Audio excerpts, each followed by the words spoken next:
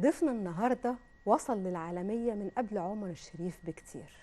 ضيفنا النهارده كان ليه فيلم أمريكاني وفيلم إنجليزي وكمان فيلم ألماني. غير كده ضيفنا بقى على المستوى المصري، عايزة أقول لكم من أبرع وأعظم الفنانين اللي أدوا أدوار تعتبر نوعا ما شريرة، ولكن أداها بعبقرية مختلفة تماما. أدوار الشر بالنسبة له، ورغم ان هو كان بيحاول ان هو يظهر فيها ان هو شرير، لكن احنا حبيناه لان هو كان عبقري في ادائه، عبقري في صوته، عبقري في شخصيته. ضيفنا النهارده كان تعليمه عالي جدا، فهو من مواليد عابدين، درس في المدرسة الأمريكية في ذلك الوقت وتعلم اللغات، ويمكن عشان كده وصل للعالمية. حب السينما وعشقها، وفضل ان هو يكون في المسرح، في يعني ان هو يلقن الفنانين في المسرح في بداياته عشان يدخل المسرح والسينما من هذه النقطة. ما قالش بقى ده دور قليل او انا هقعد ملقن او لا، ده هو من هنا انطلق، ومن هنا وصل للعالمية، ومن هنا حقق العديد من الجوائز. عمل فرقة مسرحية سافرت للسودان، وكان ليه كتير جدا من الأدوار هنعرف عنها كتير. لكن تعالوا نخرج لفاصل ونرجع نتكلم عن ضيفنا النهاردة. ضيفنا النهاردة هو الفنان المتميز العبقري حسن البارودي.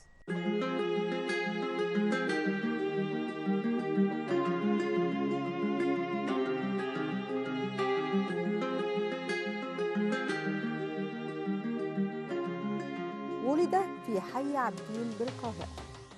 بدأ حياته الفنية عندما التحق بفرقة حافظ نجيب المتجولة، وذلك في بداية العشرينيات من حياته. حياته الفنية مليئة بأكثر من 92 عمل فني. إنه الفنان حسن البارودي، تميز بصوته ذو النبرة المميزة، وقدم شخصيات كثيرة في تاريخ السينما المصرية. لعب في فيلم الزوجة الثانية بمهارة دور المحلل كشيخ للعمدة بشكل ساخر وبأسلوب فريد. بصمته أدخلته في تاريخ النجوم الكبار.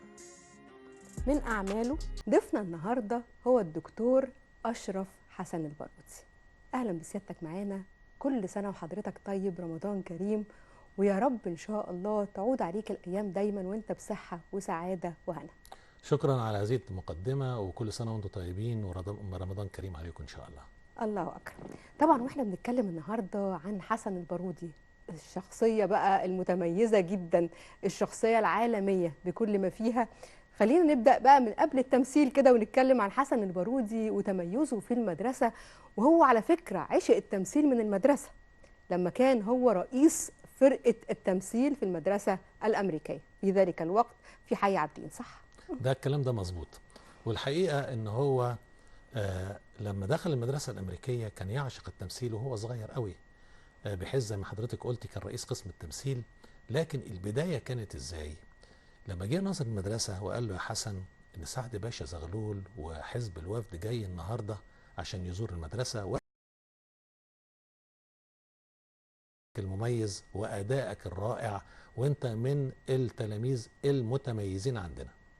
المهم حسن البارودي طلع وقال الكلمة وقالها كويس قوي بلغة عربية سليمة جدا، لدرجة ان هو كاتب في مذكراته ان سعد باشا زغلول كان هو بيبص له، يعني حسن البارودي كان بيبص لسعد باشا من وقت للتاني ويلاقي ان سعد باشا بيهز في رجله وبيخبط، يعني نوع من ان هو كان سعيد بيه. سعيد بيه. بعد ما خلص الكلمة بتاعته نازل خلاص، فسعد باشا قال لهم هاتوا لي الولد ده. طبعا هو رايح عشان يكلم سعد باشا وخايف جدا. ليه؟ لأن سعد باشا كان أعتقد رئيس محكمة النقد أو الدستورية، فكان طبعا راجل قانون. فهو حسن البارودي كان خايف إن هو يكون قال لفظ غلط أو أعرب كلمة غلط أو قدام زعيم الأمة في فعين ذلك الأمة الوقت والوفد بالظبط. كله موجود. فقال له يا حسن أنت اسمك إيه؟ قال له أنا اسمي حسن. قال له على كل انت اسمك حسن وصوتك حسن، انت عاوز تعمل ايه لما تكبر؟ هتشتغل ايه لما تكبر؟ قال له والله ما اعرفش يا سعاده الباشا. قال له على كل لو كبرت لما تكبر يعني انا افضل ان انت تشتغل محامي، على اساس هتكسب معظم قضاياك وتعاطف القضاة معاك بحجة قولك وصوتك المميز وتعبيراتك. روح يا ابني. فحسن البارودي من حبه للتمثيل وهو مروح، دايما البني ادم بيكلم نفسه في اوقات كده، فقال سعد باشا عاوزني اطلع محامي، لكن الحقيقه انا عاوز اطلع ممثل. ليه؟ لان المحامي بيقول كلمه الحق في المحكمه، لكن انا هقول كلمه الحق من على خشبه المسرح. ومن هنا بدأ حسن البارودي يحب التمثيل او يعشق التمثيل، وده اللي فتح له السكه ان هو زي ما حضرتك قلتي يصل الى العالميه لتحدثه باكثر من لغه واتقان شديد ليها. طب انا افتكرت حاجه هقولها لحضرتك دلوقتي. كان في فيلم اسمه الخرطوم، ده فيلم انجليزي، وكان بطوله سير لورانس اوليفيه وتشارلز هيوستن، ده امريكاني وانجليزي، ونزلوا مصر علشان يدوروا على شخصيه محوريه في هذا الفيلم. اتفرجوا على افلام كتيره لغايه ما اتفرجوا على فيلم اسمه الطريق. الطريق ده وان كان بتاع مع حفظ الالقاب شاديه ورشدي اباظه، وكان هو طالع صاحب الفندق اللي هو كان زوج شاديه في ذلك الوقت بالظبط يا فندم. فالمهم شافوا كده قالوا احنا عاوزين هو ده اللي احنا عاوزينه، هاتوا لنا الراجل ده او الممثل ده يعني. المهم راح قابلهم، وهم كانوا عارفين ان الفنانين المصريين اللغه الانجليزيه بالنسبه لهم ضعيفه، يعني مش كلهم بيتكلموا انجليزي كويس، بيتقنوا اللغه. فاخدوا مترجم معاهم علشان يترجم، لانه كان هيعمل دوبلاج، يعني كان هو حسن البارودي في الفيلم هيتكلم بالعربي او بلغه وهم هيعملوا دوبلاج بالانجليزي. فلما لقوه بيتكلم بقى انجليزي وانجليزي ادهشهم. لورانس اوليفيه اللي هو البريطاني اتلخبط، افتكر انه يعني بعد ما خلص الانترفيو معاه قال له هو انت من جذور انجليزيه؟ يعني قول لي ابوك ولا امك الانجليز. لما يكون اصلا واحد انجليزي يتلخبط في واحد قدامه ومش عارف اذا كان ده اصلا انجليزي، في اللينه البريتش اكسنت اللي بيدوسوا قوي على اللغه. فمن هنا كان بدايه العالميه لحسن البارودي، وعمل فيلم الماني باللغه الالمانيه مش مدبلج مع الفنانه ايمان اللي عايشه في النمسا دلوقتي، وفيلم تاني اسمه 3 قصص مصريه كان هو احد ابطال هذه القصص. حسن البارودي ابتدى الفن صغير قوي، يعني نقول سنه 1920 21 كان اول فيلم ليه بالظبط، واخر فيلم ليه كان سنه 73 اللي هو العصفور. وبين ال20 وال73 دول كانت رحله حسن البارودي في الفن. اول فيلم كان ابن الشعب اعتقد، واخر فيلم كان العصفور مع السيده محسنه توفيق واخراج يوسف شاهين، وده كان اخر فيلم ليه الحقيقه. اصل العمده عاوز يناسبك. يناسبنا ليه؟ في مين؟ في عيش يا بنتي؟ فاطمه مراتي طلقها. اطلقها؟ اتجوز غيرها. البلد مليانه بنات حلوه ومش هتقعد ليله عادي. مهرك وعفشك على حسابك. ايه الكلام ده يا عم؟ ده مش كلام يا ابو العلم، ده امر شرعي.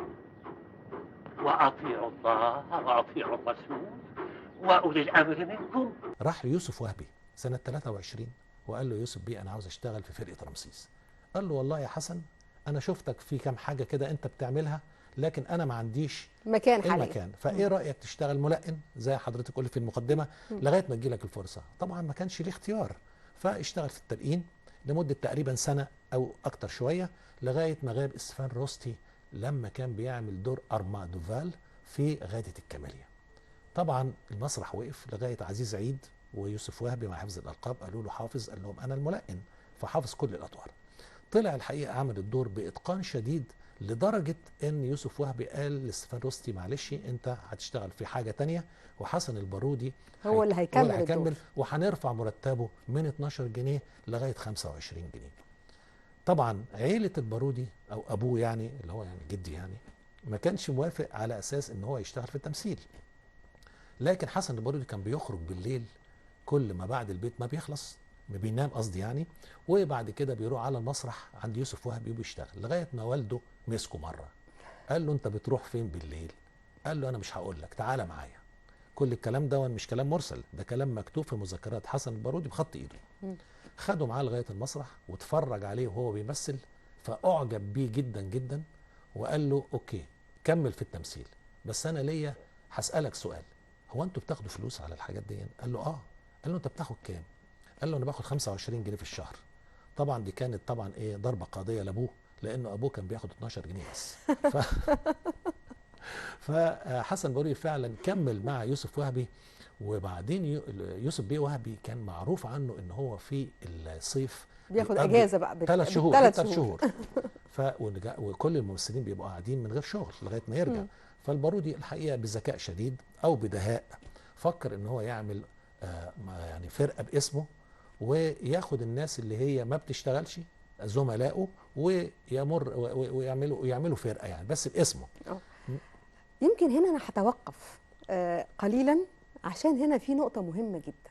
هو عشقه للفن خلاه مش عايز يتوقف، عايز يكمل في هذه الفتره، وعشان كده عمل الفرقه. والفرقه دي كانت بتجوب كل الاماكن المصريه، كل المحافظات، مش بس في مصر، دي خرجت بعد كده للخرطوم او للسودان، وقدم هناك عروض خلت الجمهور السوداني يبتدي يعشق هذه الاعمال الفنيه. وكان في كلمه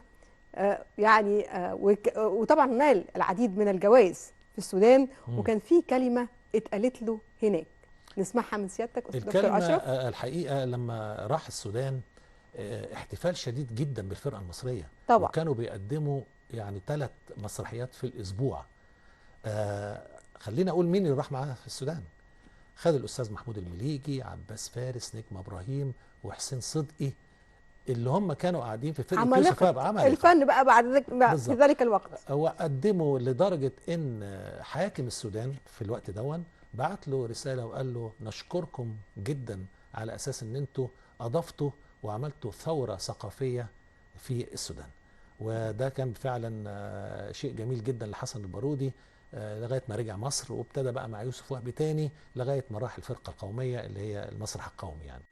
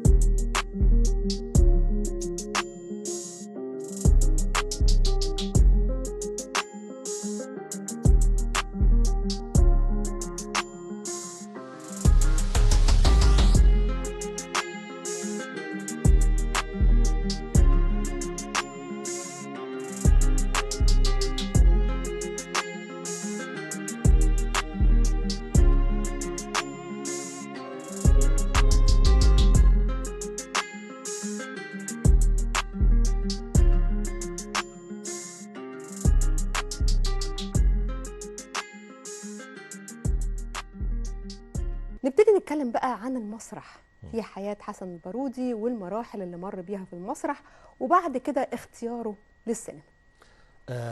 خلينا اقول ان حسن البارودي مسرحي، يعني رجل مسرح من الدرجه من الاولى، من الطراز الاول بالظبط. مره عملوا لقاء مع الاستاذ يوسف وهبي وسالوه عن بعض الفنانين في الفرقه بتاعته، ولما جه دور السؤال عن حسن البارودي قال لهم حسن البارودي عمل لي مشكله كبيره. عمل لنا كلنا مشكله كبيره. قالوا له يعني مين؟ قال يعني للكتاب قالوا له ازاي؟ احكي لنا. قال لهم في مسرحيه اسمها الجحيم، ودي كان حسن البارودي واخد دور قوي فيها قوي، ظالم جدا، وكان فتوحد حسن البارودي مع الشخصيه، توحده يعني ايه؟ يعني تقمصه الشديد باللغه. فده عمل لنا مشكله مع مين؟ مع الجمهور. بمعنى ايه يا فندم؟ بمعنى ان هو في بعض صدقوه. لا مشابه بالعاطفه. مشابه بالعاطفه ان انت بتلغي عقلك وبتعتقدي ان اللي على المسرح ده حقيقه. بالزبط. فهو ايه يعني في 3 في الصاله كانوا مشاهدين بالعاطفه من سوء حظ حسن البارودي يعني، وابتدوا طبعا يشتموه على اللي بيعمله على المسرح، لغايه ما المسرحيه خلصت بقى، واعتقدنا ان، او هو اعتقد يعني ان الحدوته خلصت كده يعني. جه يخرج من باب الممثلين، لا ال3 دول واقفين عاوزين ايه؟ جرى ايه؟ حصل ايه؟ قالوا سيهدر دمك الليله. ليه؟ على اللي انت عملته في البنت بتاعه المسرحيه. مين تدخل بقى حضرتك يا دكتوره اماني؟ محمود المليجي، وطبعا في كان ذلك زكي الوقت رستم طبعا زكي رستم وحسين رياض كان موجود، ويوسف وهبي وفاخر فاخر. طبعا حسن البارودي كتكوين جسماني ضعيف، خدوه من تحتيهم كده يعني فتوحد حسن البارودي مع الشخصيه دون كان شيء من الاشياء المميزه. مثل مخرج كان متميز جدا في اختيار الشخصيات لأدوارها، ولما اختار حسن البارودي كان مقتنع 100%، واحنا بالتالي اقتنعنا بالدور، ومش هننسى ابدا باب الحديد. باب الحديد وهو واقف وهجوزك هنومه. فالجمله دي يعني ثابته معانا كلنا. وطبعا دوره في باب الحديد يعني كان، وهو اللي كان يعني قايم بدور اكثر من رائع، يعني فعلا دور يدرس. حقيقة في ناقد فني كبير كتب كلمة عن حسن البارودي بعد ما توفى، وأنا حافظها عن ظهر قلب. قال لم يكن حسن البارودي الفتى الوسيم، بالظبط، وعلى الرغم من ذلك أوصلته قيمته الفنية إلى مستوى النجم الأول في أي دور وأي مسرحية، حتى لو كان دور كومبارس. وداع عن حسن البارودي لقد كنت فارسا من فرسان زمن الفن الجميل.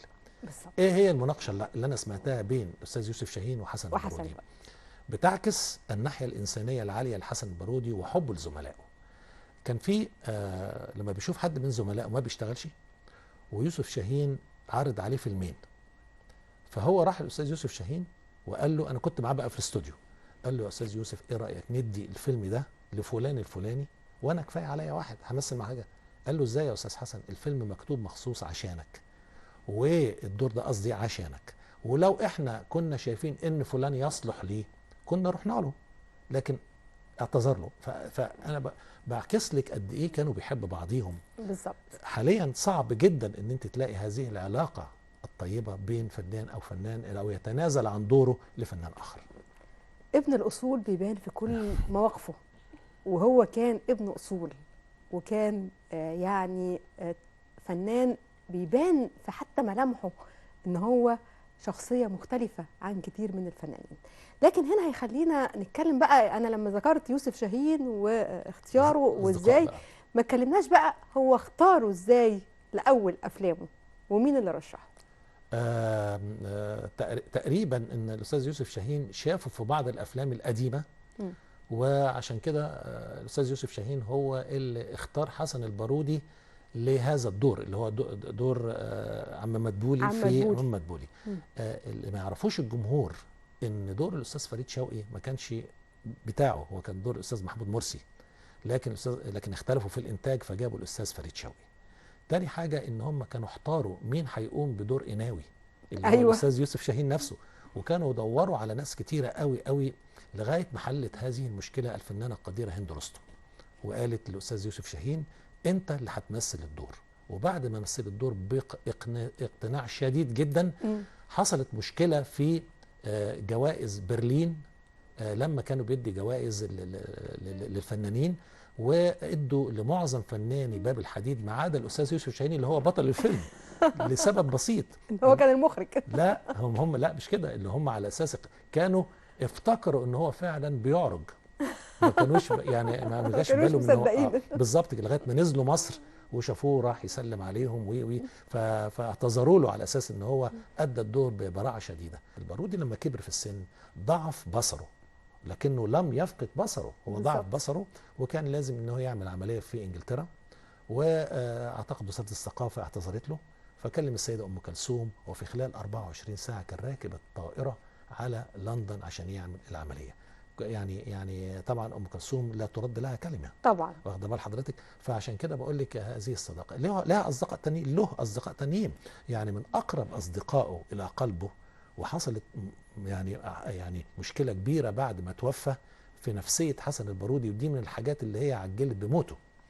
الاستاذ حسين رياض هذا العملاق، التقارب بينهم كان كبير جدا، بحيث ان هو في تليفونات يوميه ولقاءات يوميه، ومثلوا مع بعض افلام كتيره ومسرحيات قديمه كتيره. وبعد لكن لما توفى الاستاذ حسين رياض كان وفاته تقريبا كانت سنه 65 في القاهره، بعد ليله الزفاف اللي هي فيلم ليله الزفاف بين سعاد حسني واحمد مظهر. وهو حسن البارودي كان بيمثل مسرحيه سكه السلامه في اسكندريه، وانا كنت بقى موجود معاه.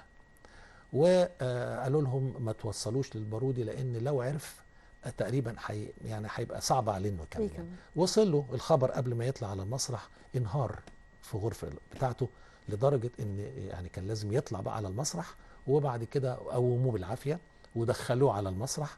والحقيقه ان كان دوره في المسرحيه ان هو بينعي زوجته انيسه اللي قتلها الالمان بالسلاح ببطنها، فكان بينعي وبيعيط.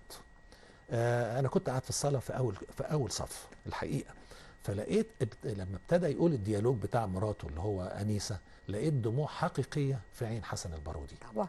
بعد كده انا سالته، قلت له انت كل يوم بتعمل المسرحيه دي بقى لنا 30 يوم وانا حافظ الدور وانت ما بتعيطش، ده عيطنا. قال لي يا اشرف انا كنت متخيل عمك حسين رياض ان هو اللي توفى، فعشان كده انا كنت بارثيه ويعني عشان كده انا عيطت في الموقف ده. وهو ده يعني معنى لبس الشخصيه، ان هو فعلا كان بيلبس الشخصيه لدرجه ان هو بينسى نفسه، وحتى الدموع هنا كانت حقيقيه. وعشان كده احنا عمرنا ما حسينا ان هو بيمثل. يعني ما فيش فيلم احنا قعدنا قدامه كده وحسينا ان احنا قدام ممثل، احنا قدام عبقريه بتلبس الشخصيه وتوصلها للجمهور. سألوا الأستاذ صلاح أبو سيف بعد فيلم الزوجة الثانية عن بعض الأدوار الممثلين، ولما جه دور حسن البارودي قال إيه؟